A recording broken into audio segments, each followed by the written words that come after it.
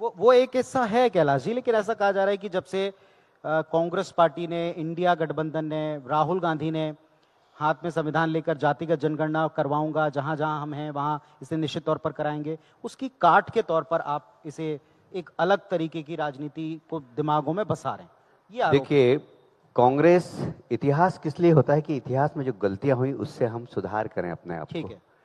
मुट्ठी भर अंग्रेज आए थे, इतने बड़े देश पे उन्होंने शासन किया।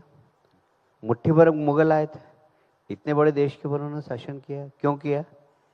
उन्होंने समाज को बांटा। इतिहास में जिन लोगों ने राज किया, समाज को बांट कर किया है।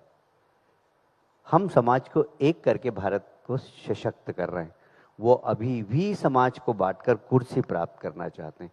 दोनों में ये अंतर है, और इसलिए हम इतिहास से सबक ले रहे हैं, और इसलिए हम कहते हैं एक ही तो सेफ है। और वो इतिहास से, इतिहास की गलतियों को दोहराना चाहते हैं, वो समाज को बांटकर कुर्सी हथियाना चाहते हैं।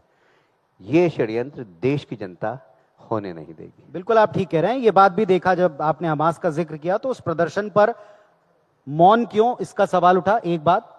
लेकिन एक सवाल विपक्ष का यह है कि आप बांग्लादेश में हिंदुओं पर हो रहे अत्याचार पर कॉन्क्रीट क्या कर रहे हैं? देश में भी आप हैं, प्रदेशों में भी आप हैं, आप उनके लिए कॉन्क्रीट क्या कर रहे हैं? यहां जो हो रहे प्रदर्शन है उसको पॉलिटिक्स से जोड़ा गया। शायद आपने आज सुबह अखबारों में पढ़ा होगा, विदेश मंत्री 9 तारीख को वहां जा रहे हैं। भारत ने 2-3 बार चेतावनी भी यहां दी। नेता प्रतिपक्ष का सवाल है, आपको भी ज्ञात। मैं बता रहा हूं ना कि भारत क्या कर रहा है, ये बताया हमने। विदेश मंत्री स्वयं वहां जा रहे हैं। भारत ने 2 बार समझाइश देने की कोशिश की है। अब देखिए, एकदम ऐसा नहीं होता है कि आपने कुछ एक्शन की। विश्व की राजनीति में हमें बहुत संभल कर कदम रखना होता है।